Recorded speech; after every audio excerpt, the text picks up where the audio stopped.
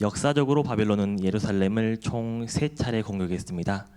첫 번째 침공때는 이스라엘의 왕이 여호야김인데 여호야김 왕이 바벨론 왕 느부갓네살에게 충성을 맹세하고 조공을 바치기로 하면서 바벨론이 물러나갑니다. 이때 바벨론은 많은 귀족들과 젊은이들을 포로로 끌고 갔습니다. 하지만 여호야김 왕이 갑자기 조공을 바치는 것을 중단하고 반기를 들면서 바벨론의 두 번째 2차 침공이 시작됩니다. 이때 예루살렘이 함락되면서 이 당시 왕은 여호야김의 아들인 여호야긴이었는데요.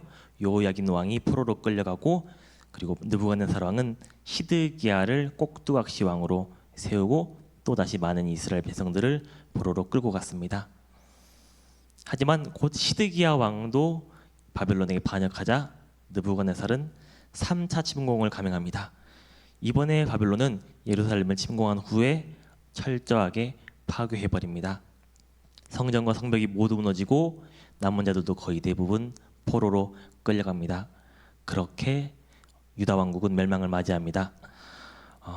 여러분, 에스겔 선지자는 바벨론의 1차 침공 때 포로로 잡혀서 바벨론으로 끌려갔습니다. 그리고 포로 생활 5년 차에 하나님의 부르심을 받아서 선지자로서 활동하기 시작합니다. 그러니까 우리는 에스겔을 읽을 때 무엇을 기억해야 되냐? 지금 에스겔은 어디에 있다는 거죠? 에스겔은 바벨론에 있다. 바벨론 그발강가에서 포로 신세로 선지자 활동을 하면서 누굴 대상으로 예언을 했을까요? 당연히 바벨론에는 유다 포로 공동체들을 향해서 예언을 했겠죠. 그러면서 저기 멀리 고향 땅 예루살렘이 바벨론에게 침략당하고 마침내 멸망당한 그 순간까지 차근차근 목도하면서 참담한 심정으로 예언했다는 것을 우리는 생각해야 할 것입니다. 오늘 본문에서 에스겔은 이스라엘이 저질렀던, 그리고 어쩌면은 이 예언하고 있을 당시에도 여전히 저지르고 있을 어떤 한 죄악을 고발합니다. 그런데 그 예언의 대상이 조금 특이합니다. 함께 에스겔 6장 3절을 읽어볼까요? 함께 읽어보겠습니다. 이스라엘 산들아, 주 여호와의 말씀을 들으라. 주 여호와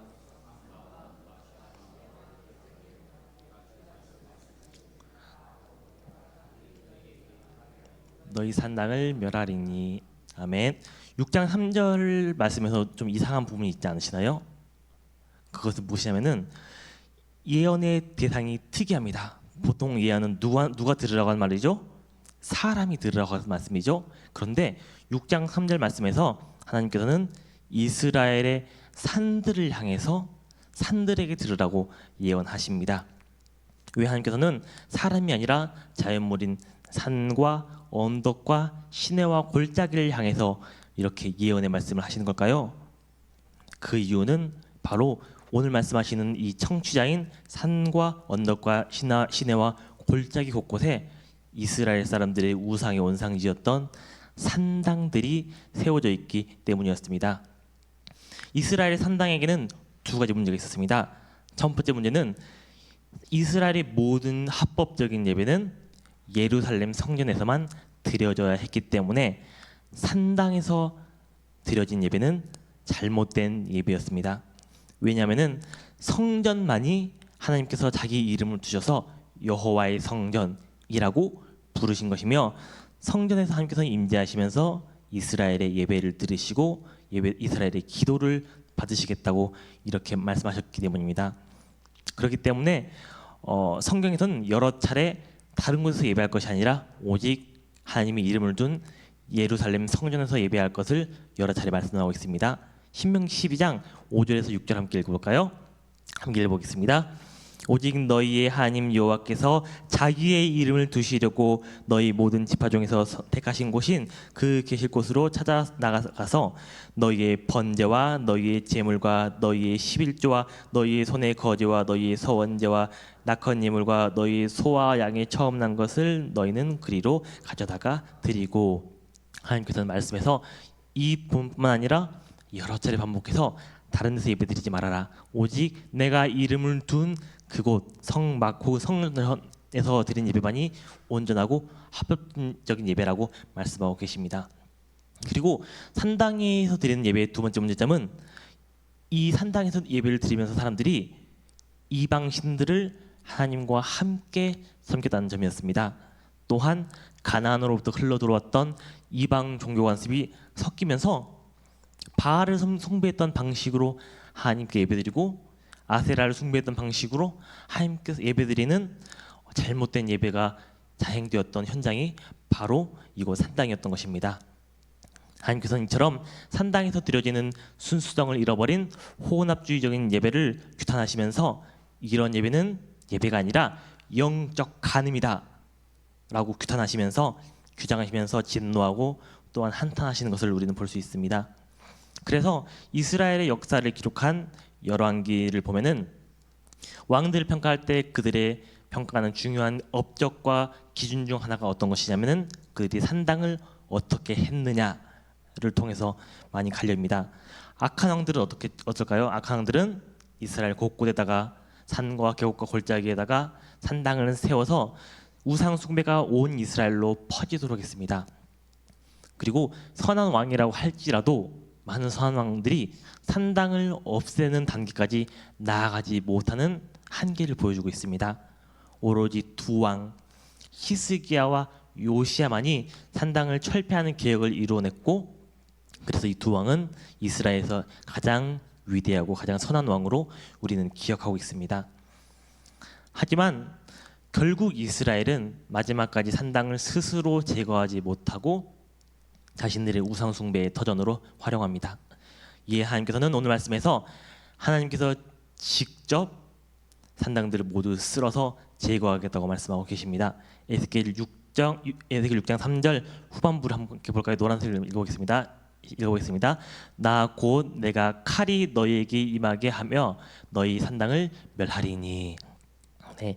그런데 하나님께서 어떻게 산당을 없애시겠냐고 말씀하시냐면 칼이 이스라엘에게 임해서 산당들을 제거하겠다고 말씀하십니다. 칼은 전쟁을 의미합니다. 누가 이스라엘 상대로 지금 전쟁 중이죠? 바벨론이 지금 이스라엘 상대로 전쟁 중이죠. 그래서 하나님께서는 이방 제국인 바벨론을 동원하셔서 이스라엘의 우상 숭배를 뿌리 뽑겠다라고 오늘 에스겔을 통해서 예언하시는 것입니다. 그런데 이 진노가 산당들에만 미치는 것이 아니라 산당에서 우상 숭배했던 이스라엘 백성들 그리고 이스라엘 전체까지 미치게 될 것이라고 말씀하고 계십니다. 에스겔에서 6장 7절과 8절 함께 읽어볼까요? 읽어보겠습니다. 또 너희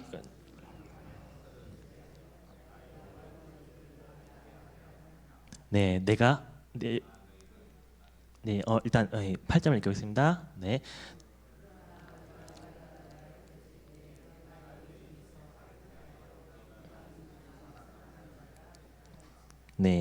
하나님께서 이렇게 말씀하십니다. 내가 분향과 제단들을 찍어서 없애고 너희가 만든 것들 모두 패하게 하겠다. 그리고 너희가 죽임을 당해서 엎드려지게 하겠다. 그래서 너희가 비로소 내가 여호와인 줄을 알게 하겠다라고 말씀하고 계십니다. 하나님께서는 이 심판의 예언이 실현되는 순간 이스라엘 백성들이 비로소 이 모든 일을 행하시는 분이 하나님이시라는 것을 깨닫게 될 것이라고 말씀하고 계십니다. 그러나 하나님께서는 모든 우상 숭배자들을 심판하는 것이 아니라 몇몇은 살아남게 하실 것이라고 말씀하고 계십니다. 에스겔서 6장 9절을 제가 한번 읽어보겠습니다. 저 이방인 중에 있어서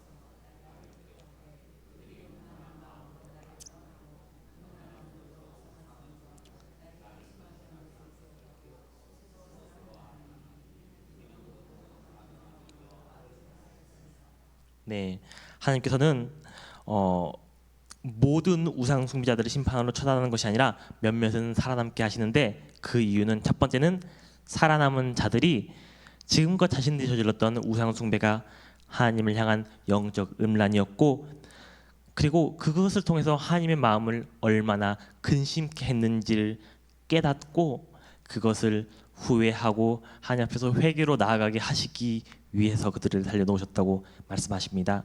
또한 살아남은 자들이 하나님의 이 심판의 말씀이 모두 이루어졌다는 것을 깨달으면서 진정으로 세상을 이끄시는 분은 그들이 하나님 대신에 섬겼던 그 우상 딴지들 바알과 아세라가 아니라 오직 하나님이시며 하나님 이외에는 다른 신이 없다는 것을 그들에게 알리시겠다고 이렇게 말씀하십니다.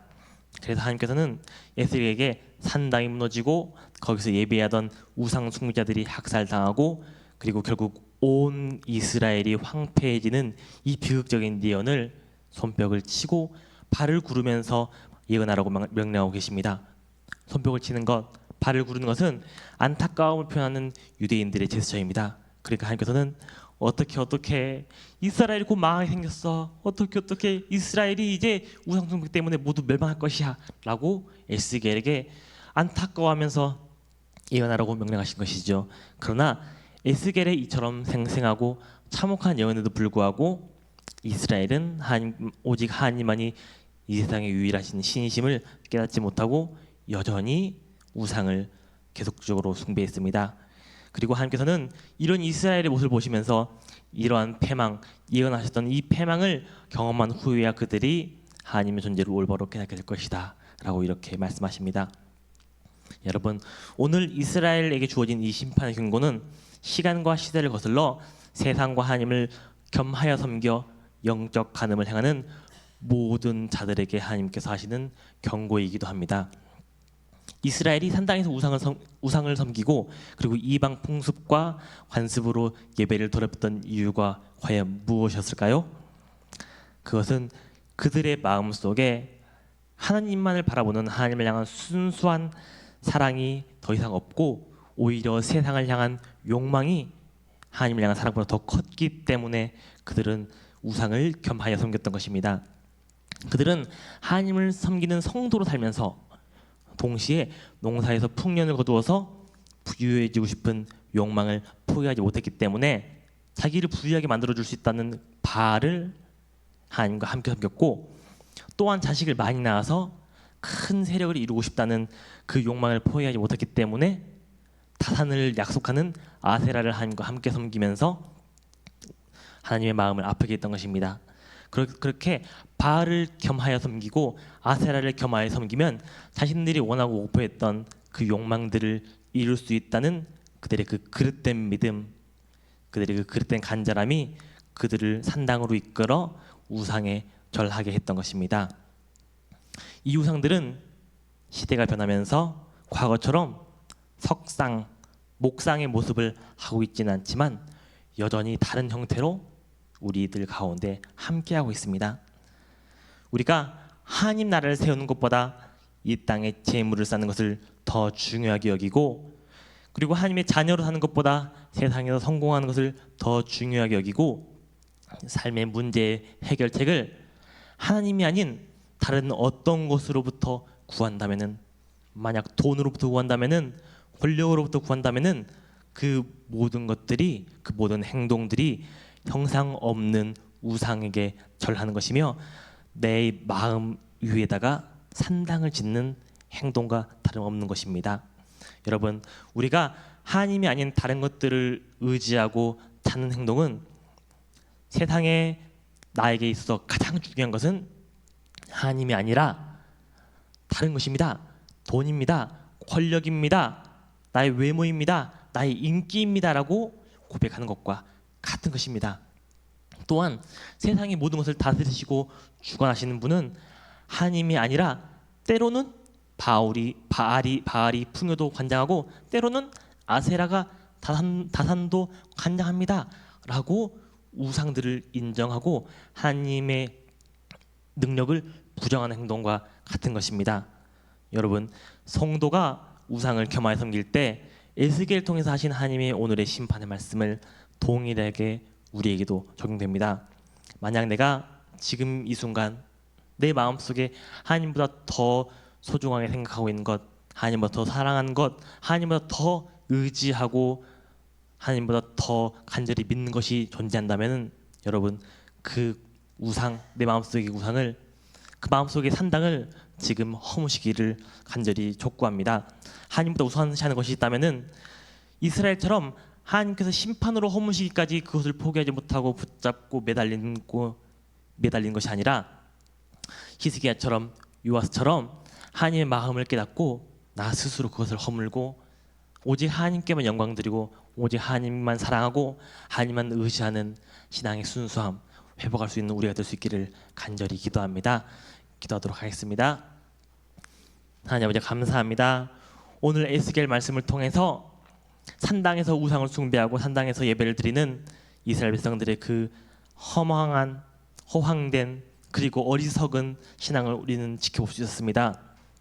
그들이 우상과 산당을 포기하지 못했을 때 하나님께서 칼을 빼들어 심판으로서 그 모든 것들을 허무시고, 그리고 저 우상들이, 저 바알과 아세라와 목상 석상이 진짜가 아니라 내가 바로 진정한 세상의 통치자 여호와 하나님이다라는 것을 밝히셨던 것처럼 하나님 아버지, 그 고백 우리 입술에서 나올 수 있도록 주님 도와주셔서 우리가 세상 다른 것들 의지하고 다른 것들 더 사랑하고 다른 것들 더 믿으면서 마치 바알과 아사를 섬기는 것처럼 나의 신앙을 더럽히는 것이 아니라 오직 하나님만이 나의 최고이시며 오직 하나님만이 나의 유일한 존재이시며 오직 하나님만이 세상을 다스리시는 분이라는 것을 우리가 온 삶을 다해서 고백할 수 있는 신앙으로 나아갈 수 있도록 주님 도와주시옵소서.